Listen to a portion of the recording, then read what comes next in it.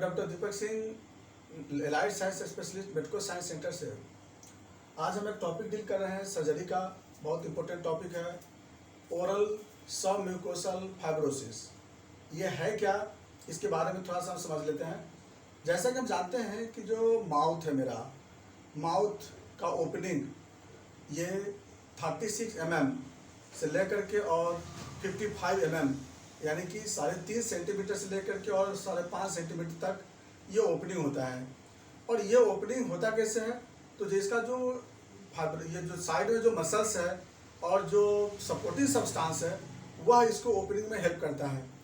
अब है क्या, थोड़ा सा हम देख लेते हैं हम लोग कि जैसे कि हम जानते हैं कि ये बाहरी चीज स्किन है, तो स्किन के जस्ट नीचे मसल्स फाइबर होता है। मसल्स है यहाँ पर, एडिपोज टिश्यू के बाद मसल्स है।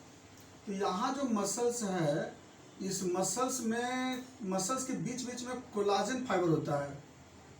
कोलाजन फाइबर क्या होती है कि ये कोलाजन फाइबर एक बैंड बनाती है और हर समय बैंड बनाती है। ये बैंड बनाती रहती है हर समय। लेकिन उसके बाद क्या है, फिर म्यूकोसल, यहाँ पर सब यहाँ पर हो गया, फिर म्यूकोसल लेयर हो गया, यहाँ पे, और यहाँ पर हो गया फिर म्यूकस लेयर।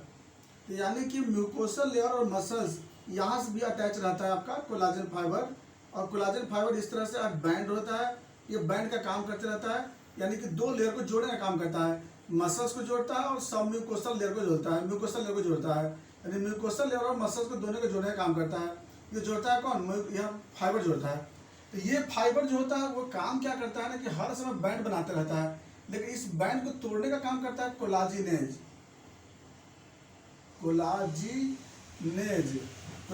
एक एंजाइम होता है। तो कोलाजिनेज एंजाइम होता है, ये एंजाइम क्या करता है कि इस फाइबर को हर समय ब्रेक करता है। और इसके ब्रेक करने से क्या होता है कि जो माउथ का जो ओपनिंग है ना, ये माउथ का ओपनिंग एक प्रॉपर माउथ में बना रहता है।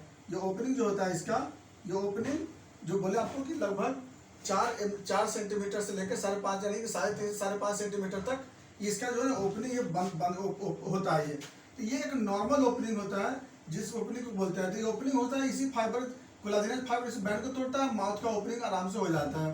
लेकिन अब चलिए, ये तो बात हो गई। लेकिन अब इस डिजीज में क्या होती है कि इसका जो ओपनिंग होता है, ये ओपनिंग घट जाता है, माउथ खुलता नहीं है। जैसे नॉर्मल में जानते हैं कि जैसे हम लोग बोलते हैं कि 3 उंगली से 4 उंगली, 3 उंगली कम से कम आराम चला जाना चाहिए। 4 उंगली तो बहुत रेयर में जाता है, लेकिन 3 उंगली तो आराम चला जाना चाहिए। लेकिन इस डिजीज में क्या होता है कि यह उंगली पूरा मतलब माउथ का प्रॉपर ओपनिंग नहीं हो पाता है। क्यों नहीं ओपनिंग होता है, इसके मतलब कि जो फाइबर है वो बैंड है, वो बैंड टूट नहीं पाता है। कोलाजन फाइबर जो कोलाजिनेज होता है वो डैमेज हो जाती है। कोलाजिनेज डैमेज कौन करता है, तो अब इसके बारे में थोड़ा समझ लें कि ऐसा डिजीज क्या होती है। तो डिजीज में क्या होगा कि माउथ का ओपनिंग इसमें कम हो जाता है, माउथ ओपन नहीं हो पाती है। क्यों होता है, अब लोग देख लेते हैं। कॉज में एरेकोडिनिन जो होता है, एरेकोडिनिन किसको बोलते हैं, कसेली को बोलते हैं। उससे जो केमिकल बनता है एरेकोनिल बोलते हैं। वह केमिकल क्या करता है, कोलाजिनेज को डैमेज करता है। तो नंबर 1 जो सबसे ज्यादा जो कॉज होती है, सबसे ज्यादा डिसऑर्डर जो होती है वो होता है एरेकोडिनाइल बोलते हैं। उससे जो बनता है एरेकोनिल, और वो जो होता है इस केमिकल को क्या करती है, डैमेज कर देती है, जिसके कारण क्या होती है, फिर ओरल का ओपनिंग प्रॉपर नहीं हो पाती है। दूसरा होता है आपको जैसे ये कैफीन, उसमें भी बहुत सारे मटेरियल होती है। इसमें कत्था में कैफीन में नहीं, कत्था में जो आती है उसके जो केमिकल होती है वह भी क्या होती है, ये कोलाजिनेज को डैमेज करता है। उसका होता है निकोटीन भी क्या करता है, कोलाजन फाइबर को डैमेज करता है वो। तो इसमें सबसे ज्यादा कसेली जब नंबर 1 पे आता है, कत्था भी होता है। तो ये सब क्या करता है कि वो, और प्लस ये निकोटीन, ये सब जो सबसे इंपॉर्टेंट फैक्टर होती है जो कि कोलाजिनेज को डैमेज कर देती है। अब इसमें जो सिम्टम आती है वो हम देखते हैं। पहले सिम्टम क्या होती है इसमें, तो सबसे पहले बात को ये समझ लेंगे यहाँ पर कि इसके डैमेज होने से होगा क्या यहाँ पर कि धीरे धीरे जो यहाँ पर जो जैसे मसल्स लेयर हो गया, इस जो स्किन बता दिए, यहाँ पे मसल्स लेयर है, इस मसल्स लेयर के बीच में क्या होगी, ये फाइब्रस टिश्यू क्या होगा, डिपोजिशन बढ़ते जाएगा। अब फाइब्रस डिपोजिशन जब होगा तो धीरे जब होता है ना, जब एक लेयर बना रहे हैं, सिर्फ एक लेयर बना रहे हैं, तो धीरे क्या होगी कि जो म्यूकस लेयर देखेंगे ना, तो धीरे व्हाइट दिखाई देगी और जगह बैंड दिखाई देगा। बैंड मतलब कि कोलाजन फाइबर के यहाँ बैंड होगी, कोलाजन फाइबर के यहाँ बैंड होगी, कोलाजन फाइबर के यहाँ बैंड होगी, यहाँ बैंड होगी।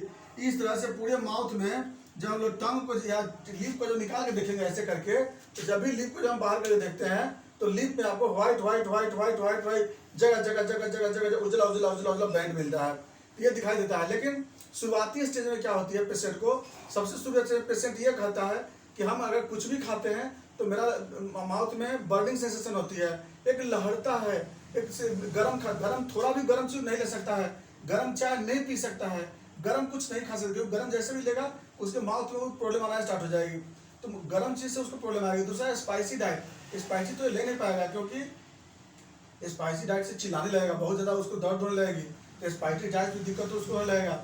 इसका जब फर्स्ट स्टेज में यही होता है पेशेंट के साथ कि वह न गर्म चीज़ खा सकता है और न उसको क्या हो सकता है, न स्पाइसी डाइट ले सकता है।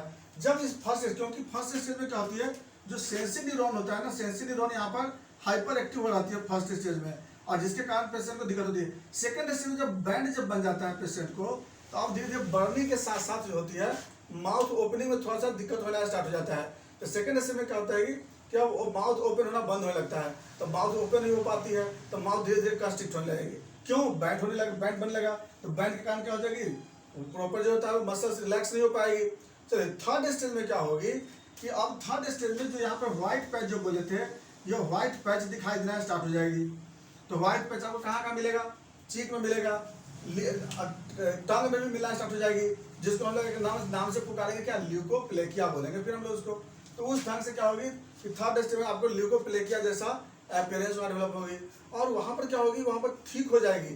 जो वहाँ लेयर जो देखेंगे हम लोग, लेयर बहुत काफ़ी ठीक रहती है वहाँ पे। चलिए अब ये हम लोग मिलेगा। अब जो चौथा जब हम देखेंगे फोर्थ स्टेज में क्या देखेंगे कि अब वही जो होता है, वो जो स्टेज जिसके बारे में बड़ा कठिन है कहना, वही कैंसर में चेंज कर जाएगी और धीरे धीरे धीरे प्रोसेस पे चला आता है ये। तो याद रखिएगा कि 4 स्टेज इसमें आया, फर्स्ट स्टेज से लेकर के 4 स्टेज तक। अब कब स्टेज तक आप बच सकते हैं इसके बारे में लोग आगे बताते हैं अभी।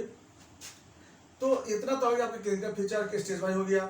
अब जो साइन मिलेगा, साइन में क्या मिलेगा आपको बता दिया कि व्हाइट आपको प्लग मिलेगा, व्हाइट प्लग मिलेगा, जैसे ल्यूकोप्लेकिया मिलेगा, वो ल्यूकोप्लेकिया आपको बताएंगे आपको, जैसे ओरल थ्रस का वीडियो में बताए थे आपको, उसमें आपको जो अलग बताते थे कि जो कैंडिडा की वजह से होता है, लेकिन वो उसका जो डिफ्रेंसिएशन ओरल थ्रस और OSMF और प्लस ल्यूकोप्लेकिया तीनों में जो होता है थोड़ी थोड़ी डिफरेंस मिलेगी आपको, जिसके बारे में आपको बताते हैं आपको। तो अब क्या होगी कि इस तरह से साइन थोड़ा सा मिलेगा। साइन में क्या मिलेगी, एक जो साइन जो ओरल जो यहाँ पे जो प्लग मिलेगी, व्हाइट प्लग, वो जब भी मिलेगी तो गांठ मिलेगा, जब भी उसको आप टच करके देखिए तो गांठ में गांठ मिलता है। चलो ये इसका बहुत अच्छा पहचान इसमें आता है। अब लोग समझ लेते हैं कि ये जो प्रॉब्लम आया है वो किस वजह से प्रॉब्लम आया होगा, क्योंकि बताया ना एरिकोडिनिन जो होता है ना, वो सबसे खतरनाक केमिकल होता है कोलाजिनेज के लिए, और दूसरा निकोटीन जो कि इसको खत्म हो जाएगा। अब उसमें जो कत्था बताए थे क्या, कटेचू होता है, कटेचू वो जो केमिकल होता है ना, वो बहुत खराब केमिकल होता है। तो बात हम आते हैं कॉम्प्लिकेशन की। कॉम्प्लिकेशन क्या होगी, ओरल जो होती है उसका क्या हो जाएगी, ब्लॉक हो जाएगी, फिर कैंसर डेवलप करेगा पेशेंट को, और फिर उसका ल्यूकोप्लेकिया डेवलप करेगा पेशेंट को। ये सब क्या हो जाएगा, कॉम्प्लिकेशन। कैंसर तो हो गया उसमें, ओरल कैंसर हो जाएगी उसमें, है ना। उसके बाद क्या होगा, ओरल इम्यूनिटी कमजोर हो जाएगी। क्यों, पेशेंट जो होता है माउथ नहीं प्रॉपर, माउथ ओपन नहीं होगी, माउथ ओपन होने से प्रॉपर माउथ वॉश नहीं होगी, उसमें क्या हो जाएगी, difficult mouth washing.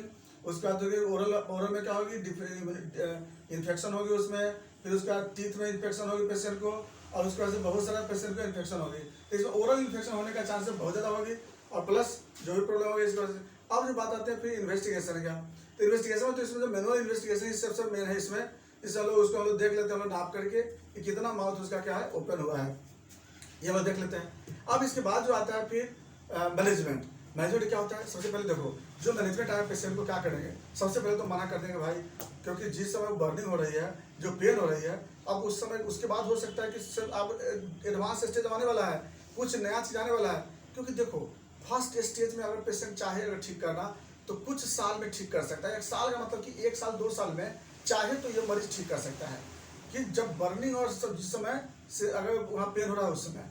Second stage जिस समय कि माउथ ओपनिंग में जैसे दिक्कत हो रहा है, 3 उंगली ले जा रहे हैं, 2 ही उंगली जा रही है, 1 उंगली जा रही है, तो उस समय क्या होता है ना कि उस समय चाहें तो आप उसको उस समय भी बचा सकते हैं। लेकिन इसमें क्या होगी कि अगर वो पान मसाला अगर कम से कम छोड़ता है तो कम से कम 5 से 6 साल लग जाएगा उसको ठीक होने में।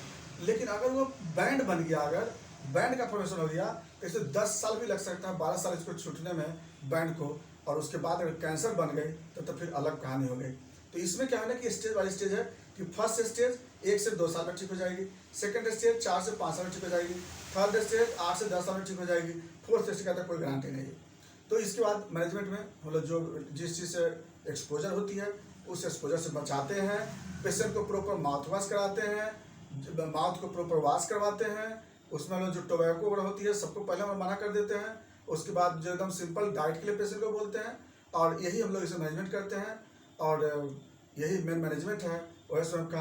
और अगर बाई द कोई मरीज अगर मिल जाता है अगर इस स्टेज में, तो हम उसमें दवाई क्या चलाएंगे उसमें, तो उसमें हम लोग दवाई चलाते हैं फिर कोनियम, टबैकम, ये हम लोग जो बेस्ट मेडिसिन आता है इस मेडिसिन को देते हैं, या फिर कलकरिया फ्लोर है ये हम देते हैं। फिर उसके बाद नेप्टम सल्फ है ये भी चलाते हैं पेशेंट को। कोनियम है ये देते हैं। लेकिन नंबर 1 की दवा आती है इसमें टबैकम जो आती है, या फिर एरेकोडीन से जो दवा आती है बन के आती है, उस दवा को भी देते हैं हम लोग। और ये इससे हम लोग पेशेंट को फिर ठीक करते हैं। ये था मेरा ओरल सबम्यूकोसल फाइब्रोसिस। बाकी बातें हम लोग नेक्स्ट वीडियो में फिर चलते हैं। थैंक्स।